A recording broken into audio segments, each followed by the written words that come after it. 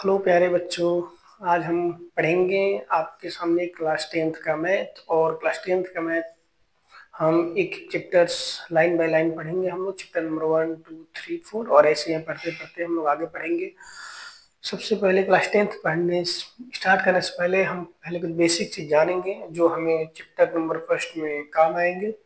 जिसमें सबसे पहला हमारा होगा कि नेचुरल नंबर क्या होते हैं। सबसे पहले हम जानेंगे कि नेचुरल नंबर क्या होते हैं, जिसको हम नेचुरल नंबर को हम लोग कैपिटल एन से नोट करते हैं। ठीक है, तो नेचुरल नंबर क्या होता है कि natural number are the numbers we use for counting object, यानी वैसे नंबर जिनको हम काउंटिंग में यूज करते हैं।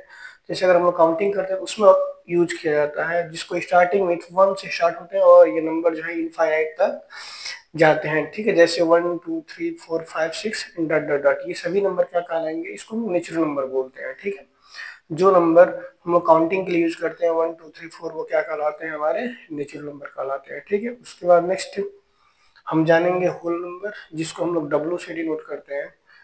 जैसे होल नंबर किसे कहते हैं, a whole number is a type of number that includes all the natural number along with zero. अगर हम सभी नेचुरल नंबर के साथ अगर हम जीरो को भी क्या करते हैं, ऐड कर दें, तो क्या होते हैं, हमारे होल नंबर होते हैं। जैसे 0 1 2 3 4 5 एंड डॉट डॉट डॉट, इस तरीके से हो जाएंगे। और थर्ड हम पढ़ेंगे इंटीजर, जिसको हम लोग जेड से डिनोट करते हैं इंटीजर को। तो इंटीजर क्या कहलाते हैं कि the integer are that include positive whole number and the negative whole number, यानी जितने भी पॉजिटिव होल नंबर हैं और जितने भी पॉजिटिव होल नंबर है और नेगेटिव होल नंबर को अगर हम ऐड कर दें तो हमारे क्या बन जाते हैं, पॉजिटिव। इस तरीके से ये पॉजिटिव हो जाएंगे और ये आ जाएंगे निगेटिव। तो जो जो पॉजिटिव है उस पॉजिटिव वाले नेचुरल नंबर को, उस पॉजिटिव नेचुरल नंबर को हम लोग बोलेंगे पॉजिटिव नेचुरल नंबर। ये जो पॉजिटिव है तो इसको बोलेंगे पॉजिटिव नेचुरल नंबर, और ये जो नेगेटिव में है इसको हम लोग बोलेंगे नेगेटिव नेचुरल नंबर। यानी यहाँ से जो आगे हो जाएंगे उसको हम लोग बोलेंगे पॉजिटिव इंटीजर। क्या बोलेंगे, पॉजिटिव इंटीजर। और जो जीरो छोड़ के यहाँ से बोलेंगे हम लोग पॉजिटिव इंटीजर, और जो इस साइड के नंबर है उनको हम लोग बोलेंगे निगेटिव इंटीजर। जीरो जो है ना तो पॉजिटिव इंटीजर में आता है, ना ही नेगेटिव इंटीजर में। तो इस तरीके से इंटीजर के दो कैटेगरी होते हैं, पॉजिटिव होते हैं और एक नेगेटिव होते हैं।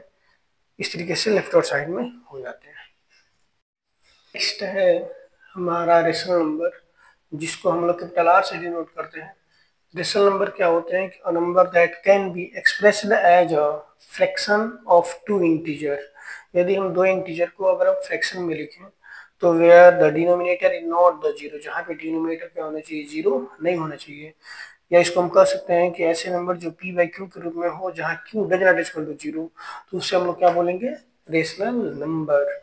जैसे एग्जाम्पल में 3/2 -4/5 -3 -2/6, ये जितने भी नंबर है सब क्या है, रेशनल नंबर है। जैसे लिखा हो -3 तो इसके नीचे में हम लोग क्या मान सकते हैं, 1 मान सकते हैं। ठीक है, जैसे लिखा हो -6 तो ये भी क्या होते हैं, हमारे एक रेशनल नंबर होते हैं, क्योंकि हम इसको मान सकते हैं। इसके नीचे 1 मानेंगे क्योंकि इसके नीचे क्या होता है, 1 छिपा रहता है। तो ये सभी क्या होते हैं, हमारे इरेशनल नंबर होते हैं। ठीक है, नेक्स्ट हम लोग जानेंगे इरेशनल नंबर क्या होते हैं। तो irrational number can not be written in the form p by q, where p and q are integer and q is non zero।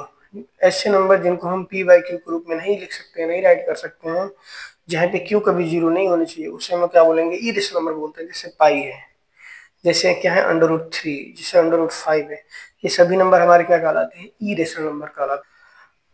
Hello बच्चों, अब हम पढ़ेंगे आगे एग्जाम्पल नंबर फर्स्ट। हम पहले बेसिक चीज समझे थे कि बेसिक में नेचुरल नंबर क्या होते हैं, होल नंबर क्या होते हैं, इंटीजर क्या होते हैं, फिर रेशनल नंबर क्या होते हैं और इरेशनल नंबर क्या होते हैं। इतना समझने के बाद अब हम आगे बढ़ेंगे एग्जाम्पल नंबर फर्स्ट पे। हम लोग एक एक एग्जाम्पल करेंगे, एक्सरसाइज के एक एक क्वेश्चन को हम लोग बारी बारी से सॉल्व करेंगे और ऐसे ऐसे हम आगे बढ़ते रहेंगे। तो इस तरीके से हम सबसे पहले एग्जाम्पल नंबर फर्स्ट देखेंगे। फर्स्ट में क्या रहा है कि कंसीडर द नंबर 4 का power n where n is a natural number, check whether there is any value of n for which 4 का power n ends with the digit 0।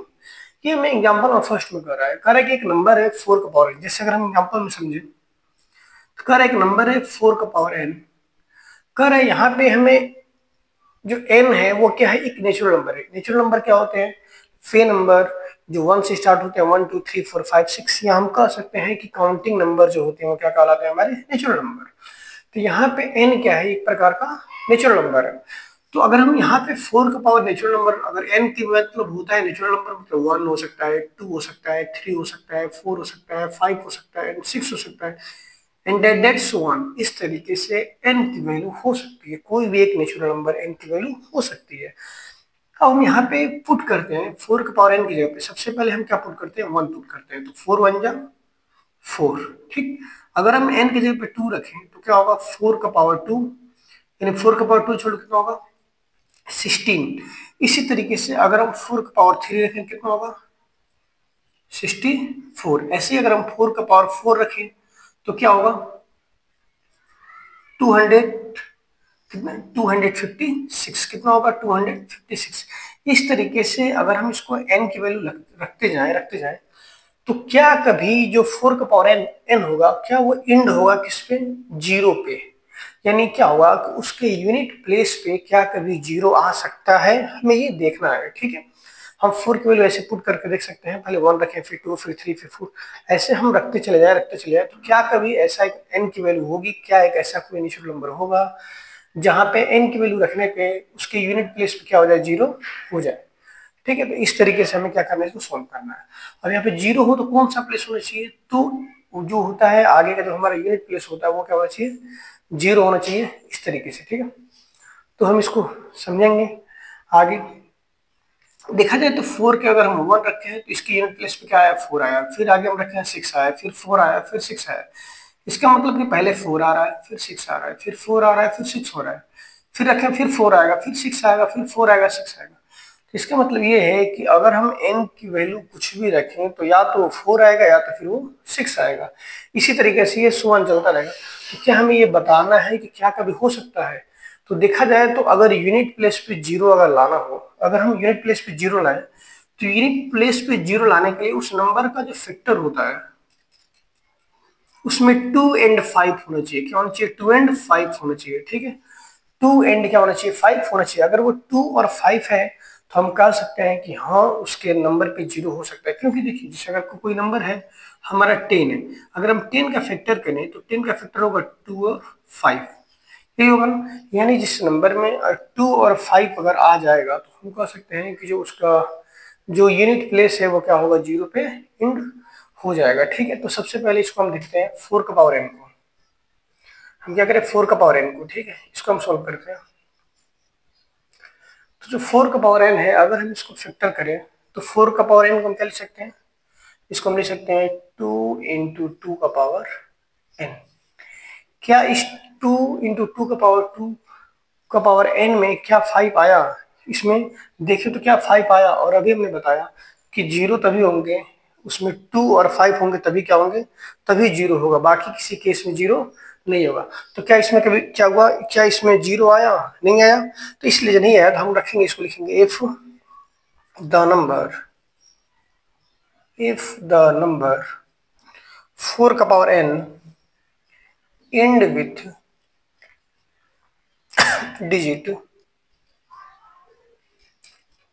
with digit zero, so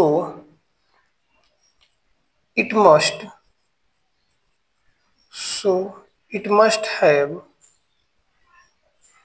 5 as prime factor।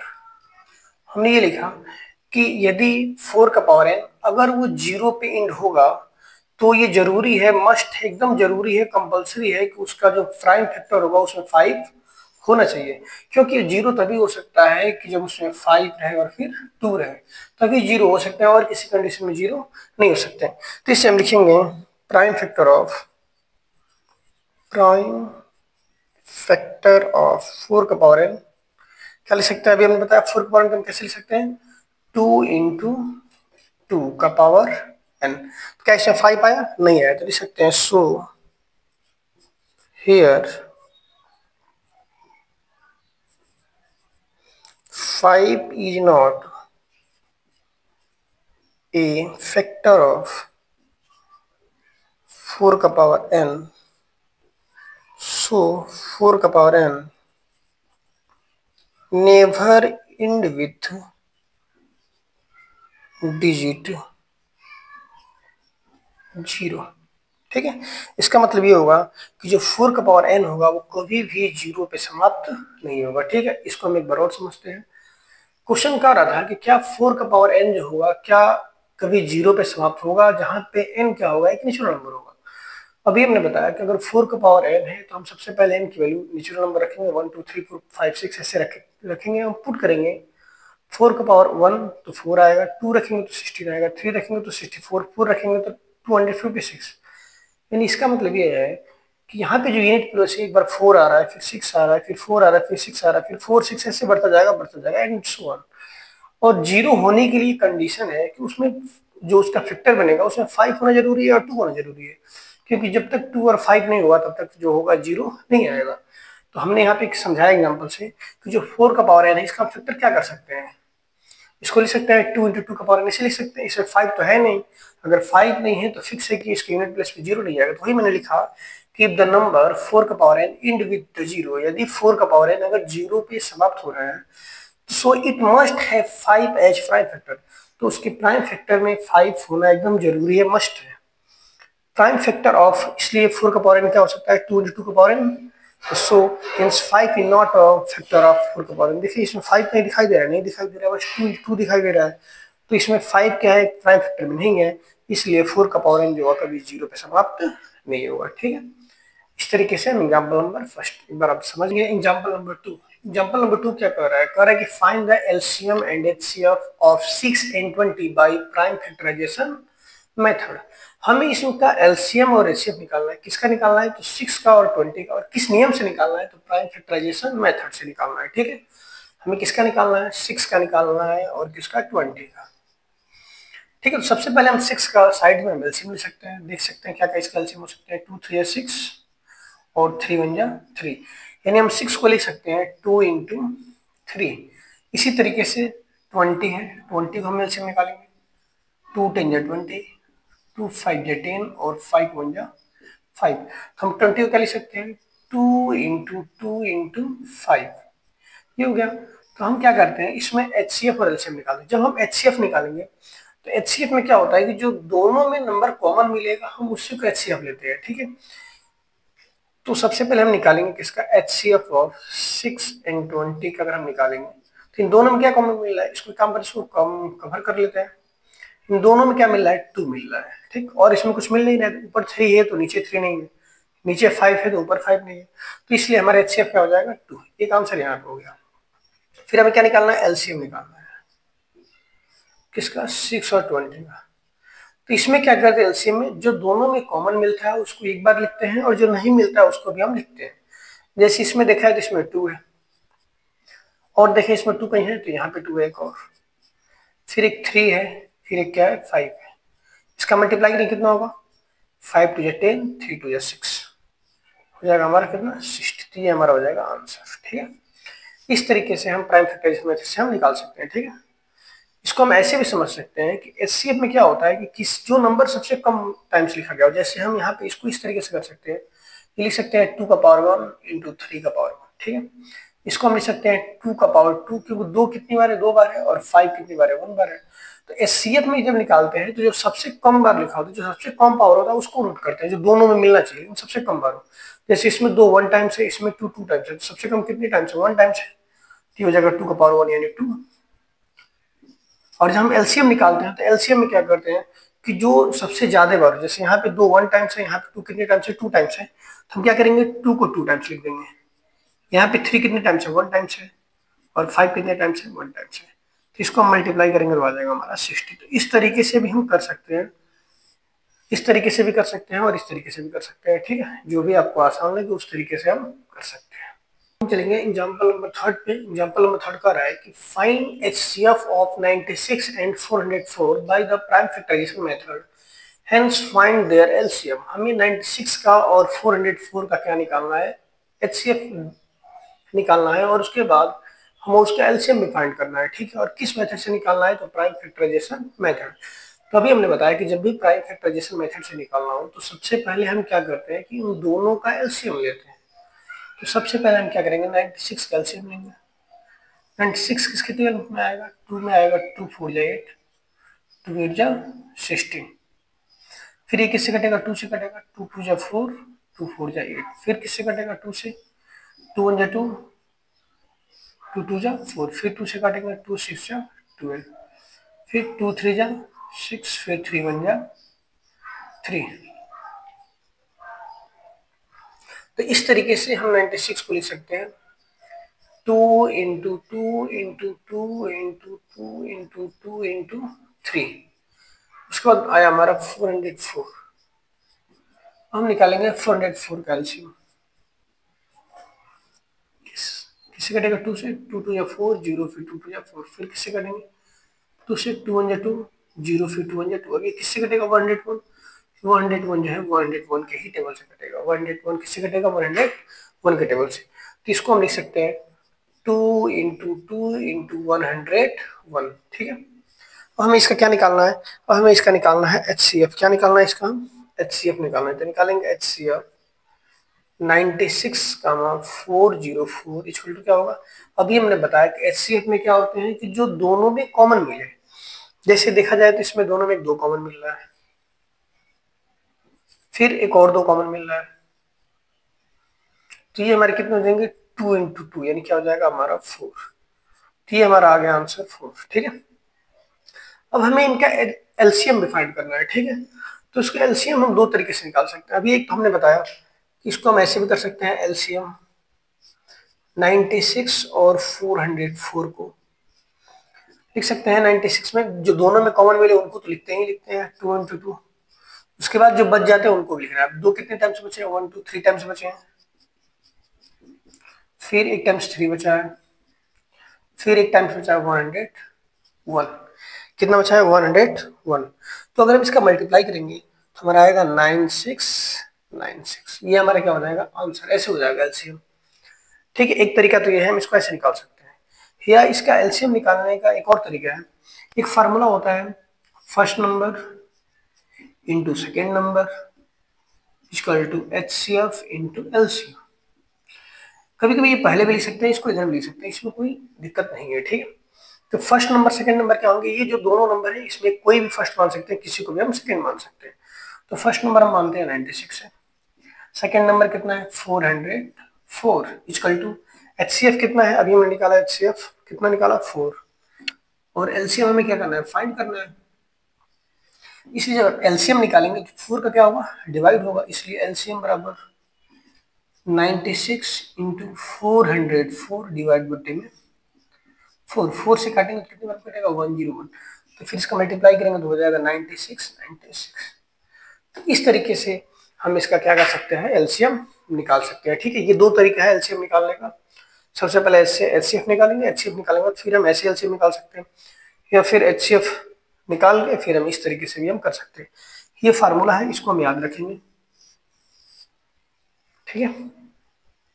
Example number 4 पे, example number 4 कर रहा है कि find the HCF and LCM of 6, 72 and 120 using the prime factorization method. इसका भी हमें HCF और LCM ही निकालना है। किस मेथड से निकालना है, तो प्राइम फैक्टराइजेशन मेथड से। हमें निकालना है 6 का, 72 का, और हमें निकालना है 120 का। हमें निकालना है HCF और LCM निकालना है। तो अभी मैंने बताया कि जब भी प्राइम फैक्टराइजेशन मेथड निकालना हो तो सबसे पहले हम क्या करते हैं, इनका LCM लेते हैं। तो 6 का LCM लेंगे, 2 3 या 6, 3 1 या 3। तो इसको लिख सकते हैं 6 को 2 इंटू 3। फिर हम क्या करेंगे, 72 का एलसीएम निकालेंगे।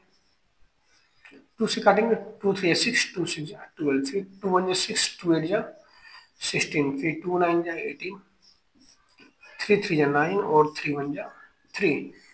हम लिख सकते हैं 72 को 2 इंटू 2 इंटू 2 इंटू 3 इंटू 3। इसके बाद हम निकालेंगे किसका, 122 का हम निकालेंगे। 2 6 या 12, 0, फिर 2 से 2 3 या 6, 0, फिर 2 2 1 या 2, 2 5 या 10, फिर 3 5 या 15, फिर 5 1 या, फिर क्या लिख सकते हैं 2 2 2 3 5। 2 इंटू 2 इंटू 2 इंटू 3 इंटू 5। हम सबसे पहले क्या निकालेंगे, HCF। HCF ऑफ निकालेंगे, इसका HCF निकालेंगे 6 का, 72 और किसका 122 का। तो पता है कि जब हम HCF निकालेंगे तो वही चीज करेंगे जो तीनों में अब कॉमन है। जैसे जो 2 नंबर थे तो उन दोनों में कॉमन देखते थे, अब 3 नंबर है तो जो तीनों में कॉमन होते हैं उनको हम क्या निकालते हैं, HCF। तीनों में मिलेगा वो क्या होता है, HCF। तो HCF तीनों में क्या मिला है, 2 मिला है। और क्या मिल रहा है, देखो देखा जाए 3 भी मिल रहा है, इन दोनों में क्या मिल रहा है, 3 भी हमें मिल रहा है। तो 2 इंटू 3 यानी क्या हो जाएगा, HCF हो जाएगा 6। अब हमें क्या करना है, हम इसका एलसीएम निकालना है। अभी हमने बताया एलसीएम कैसे निकालते हैं, जो मिलते हैं उनको भी लिखते हैं, जो नहीं मिलते हैं उनको भी लिखते हैं।